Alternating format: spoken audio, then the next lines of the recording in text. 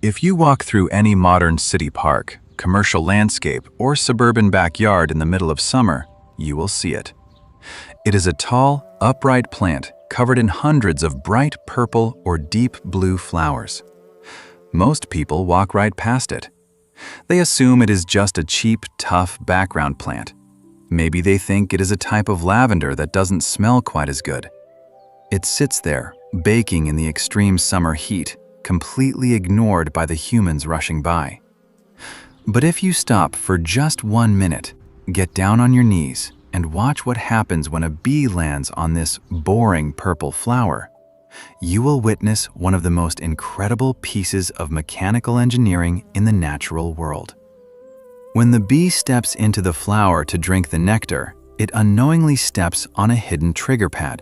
Instantly, a hidden mechanical lever swings down from the top of the flower and physically smacks the bee right on its back, sticking a massive package of pollen directly onto the insect's fur.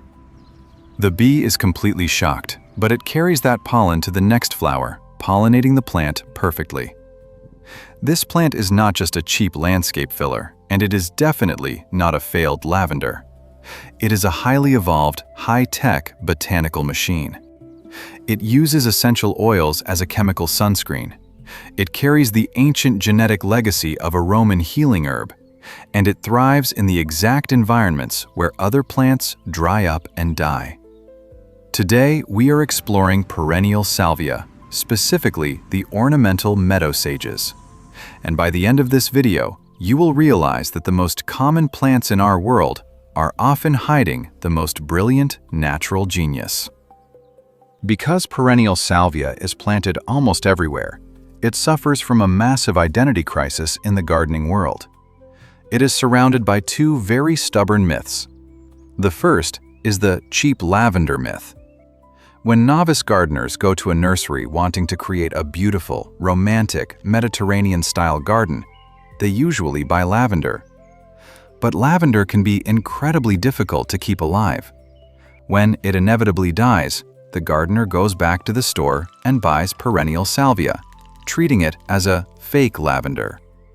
They think it is just a less fragrant, inferior substitute that they have to settle for because they couldn't keep the real thing alive. The second misconception is much more dangerous to your dinner plate: the culinary disaster myth. Because the common English name for salvia is sage, people immediately associate it with food. Gardeners look at these tall purple flowers, rub the leaves, smell a slightly pungent herbal scent, and think, "Great, I can use this to make brown butter sage ravioli or roast a chicken." They go into their garden, harvest the leaves of their ornamental Salvia nemorosa, and throw it into their cooking. But this is where the myth begins to fall apart. Ornamental salvia is absolutely not lavender. And if you try to cook a nice dinner using the leaves of this specific garden plant, you are going to be incredibly disappointed, and your kitchen is going to smell very strange. To understand what this plant really is, we have to look closely at its complex biology. Botanists classify salvia in the Lamiaceae family, commonly known as the mint family. If you want a quick trick to identify almost any plant in the mint family, gently roll the stem between your fingers. You will feel that the stem is not round, it is perfectly square. But the real scientific genius of this plant lies in two specific survival mechanisms. First, let's talk about that mechanical bee trap. Botanists call this the staminal lever mechanism. Inside the small, tube-like purple flower, the stamen, the part holding the pollen, is hinged. It looks exactly like a medieval catapult. The bottom of the lever blocks the sweet nectar. When a bee lands and pushes its head inside to get a drink, it pushes the bottom of the lever. This operates the hinge, causing the top of the catapult to instantly swing down and hit the bee's back. When the bee backs out, the lever resets. It is a flawless, repeatable mechanical trap designed to ensure perfect cross-pollination. The second scientific superpower is its ability to survive extreme droughts. How does a plant with soft green leaves sit in the blasting July sun without sweating to death? The secret is in its smell. The leaves of the salvia are packed with volatile essential oils. When the sun gets incredibly hot, the plant actively releases these oils into the air around its leaves. As the oil evaporates, it actually cools the surface of the leaf down, and the micro-haze of evaporating oil helps to reflect UV light. The plant is literally producing its own chemical sunscreen to stop itself from drying out. Because of these powerful essential oils, the entire salvia genus has an ancient and deeply respected history. The name itself tells you exactly what the ancient world thought of this plant. Salvia comes from the Latin word salvere, which translates to feel well and healthy, to heal, or to save. In the ancient Roman Empire, the culinary cousin of our garden plant, Salvia officinalis, was considered a sacred miracle herb. The Romans respected it so much that they had a specific, formal ceremony for harvesting it. They believed it could heal wounds, cure fevers, and improve memory. While the ornamental perennial salvia we grow in our flower beds today, like Salvia nemorosa or Salvia sylvestris, is different from the Roman medicinal herb, it belongs to the exact same royal bloodline. For centuries, these ornamental sages just grew wildly in the dry meadows of Europe and Western Asia. It wasn't until the 20th century that brilliant botanists and breeders, like the famous German horticulturist Ernst Pagels, looked at these wild meadow weeds and saw their true potential.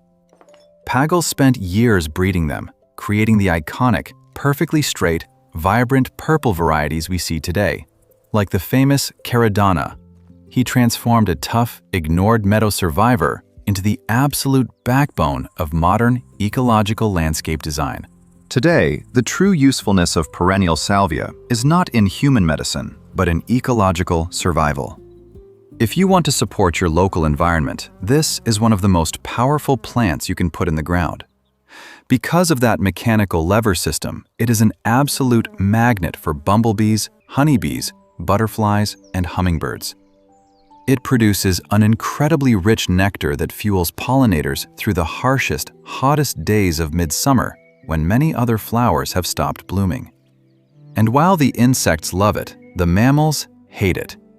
If you live in an area where wild deer and rabbits constantly invade your garden and eat all your expensive flowers, salvia is your best defense.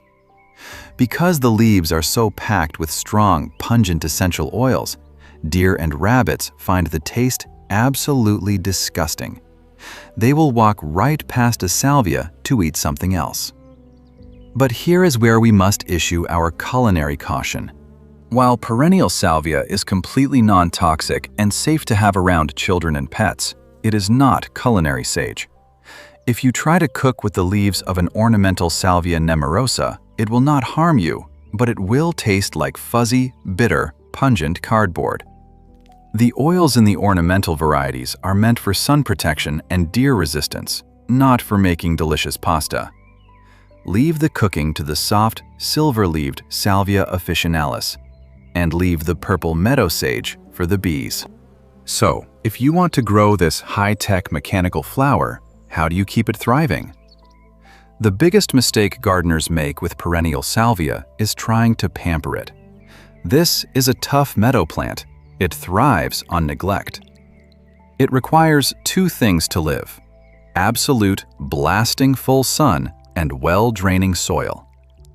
If you plant salvia in heavy, wet clay soil and water it every day, you will kill it. Gardeners call this wet feet. If a salvia's roots sit in cold, freezing water over the winter, they will rot and the plant will not return in the spring. If you want to get the absolute most out of your plant, you need to use a famous gardening trick known as the Chelsea chop, or a hard midsummer shear. In early summer, your salvia will produce a massive show of purple flowers. By mid-July, those flowers will turn brown and look tired. Do not just leave them there. Take a pair of sharp shears and ruthlessly cut the entire plant down by half. It feels brutal, but within 2 weeks, the plant will push out brand new green growth, and you will get a second, massive flush of purple flowers in the early autumn. Let's look at what we've learned. People thought this plant was just a cheap, inferior substitute for lavender. The truth? It is a botanical genius with square stems and a mechanical catapult designed to trap bees. People believed that because its name is sage, they could use it in their kitchen. The truth? Ornamental salvia is strictly for the ecosystem. Cooking with it will ruin your dinner. People think they need to water and fertilize it heavily to get lots of flowers. The truth? It demands poor soil, dry conditions, and a harsh midsummer haircut to look its best. The myth makes it a generic background plant. The truth reveals a highly evolved, perfectly engineered survivor. So the next time you are walking through a hot, dry parking lot or a busy city park, and you see that familiar spike of purple flowers baking in the sun, do not just walk past it. Take a moment to look closer. Watch the bees triggering the tiny catapults. Smell the sharp, pungent oils that are actively protecting the plant from the sun and the deer. The Perennial Salvia is a masterclass in resilience and hidden complexity. It does not require perfect soil. It does not demand constant water. And it does not need a gardener's endless attention to put on a spectacular show. It teaches us that sometimes the most common, everyday things in our world are not boring at all. We just forgot to look closely enough at the genius hiding inside them.